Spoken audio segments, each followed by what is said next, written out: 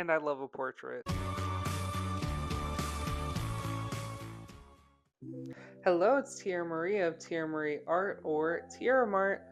Welcome back. Here is another video of me doing a little reference painting in Procreate. I think that the pencil that I'm using or brush that I'm using is a soft pencil. Um, I typically go with any kind of tool that replicates something that is a traditional medium that I could use in real life. Those are the things that I'm personally most comfortable with. Sometimes, a couple times I've experimented with you know, perfectly designed brushes and seeing what they can do, leaf brushes and like those kind of textures. Back to what we're doing today and how I typically work, which is using something that mirrors traditional medium. So I started off with really trying to get the drawing down and then realized that I was being too precious about it and I wasn't making decisive lines and I also wasn't getting the shape down very well, and so I was like, okay, let me go with like more of a painterly approach. And so I kind of blurred out the whole thing and was like, let me just like go back in with like establishing large shapes and adding dark values, and of course the hair, very dark value. So I went in and started carving that out. It's interesting because a lot of these approaches that I call or people call painterly are honestly like treating your two-dimensional surface, your two-dimensional medium, like sculpture. Like you're carving out the form, and that's like the words that we'll use to describe it a lot. And so much of my artistic journey has been influenced by sculpture and three-dimensional medium, even though I pretty predominantly work two-dimensionally.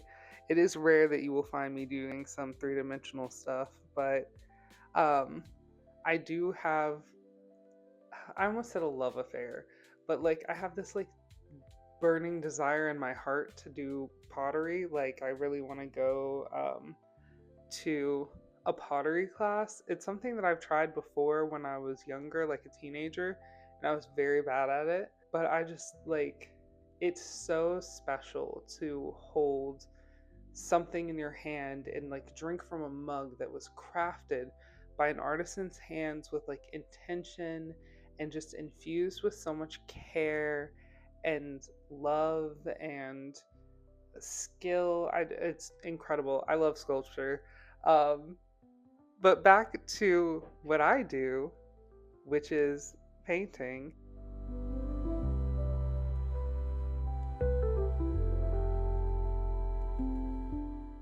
So now I've made a lot of decisions at this point, right? And one of those decisions was like, for some reason, putting in like all these moles, which the putting in things like moles and eyelashes, those are finishing moves. Those are things that like if you're in an art 101 class or a painting 101 class, like your teacher is going to be like, "Hey, yeah, you don't put in eyelashes, you don't put in moles, you don't put in fine details before you finish like the whole rest of everything, right? You want to have your lights and your darks and your shadows, and you want to have everything drawn out. You want to be in a pretty large state of finish, but also rules are meant to be broken, right? So I went in and I put in those moles, and I'm really going with what's fun and what's enjoyable, and I'm just like, let me put something here and let me put something here. Like I have a little bit on the forehead. I have like the ears kind of roughly put down. I have like the jawline, the neck. And then I went in and I did some detail on the lips, and I'm like, oh well, not interested in that anymore. Let me do the eyes. I got some eyes that I'm like, whoa, those eyes are commanding. I love that. And then I'm like, okay, let me leave that alone and go flesh out some things over here. Um, I'm putting in her earrings. I think that in trying not to be precious about it and really telling myself, well, this can be completely awful. Like, it doesn't matter. You're just practicing. So take things away. Like, here we go. I'm just completely erasing the lips, even though they looked pretty good. Um, I think this might be the point in the piece where I start accepting that even though I love this nose that I've carved out, yep, there we go. It wasn't long enough. And I am looking at the reference. And even though like I'm having fun and you get tied to certain pieces. You make a certain brush stroke and it's the perfect brush stroke and you love it. And then you just don't want to change it. You don't want to fix it, even if it's wrong, even if it's not, accurate to what you see. And so I was trying to avoid that here. I was trying to really see how far I can take this. And for me, that is a big part of working from reference is trying to push myself to take it as far as it needs to go, to do that back and forth. Oh, and the reason why I went was because the forehead there, I just started sculpting it out, and like it has this lovely form, and really with kind of wiping things away and bringing them back, I see what's happening here and how it's building up these layers on top of layers on top of layers. It provides a lot of depth to your piece while also helping you actually do it accurately, helping you to commit to the right thing. And in this case, I am trying to work from this reference, right? I'm not just trying to get any pretty picture. I'm trying to get a pretty picture that is informed by the beautiful photograph that I'm looking at. And so that willingness to go back and forth and to readjust is crucial in this. And just continuously like building up the form, bringing that blue in that I see as the highlight in her forehead and a little bit on her cheekbone. Um, I put it in the neck. That was kind of invented, but you know, we'll forgive myself. I'll forgive myself. Us, we, me. It's forgiven. Ooh, and then I just go in with this real strong dark, bringing it back. Um, that's something that I tend to do a lot. Is I knock out my darks and then I have to bring them back in.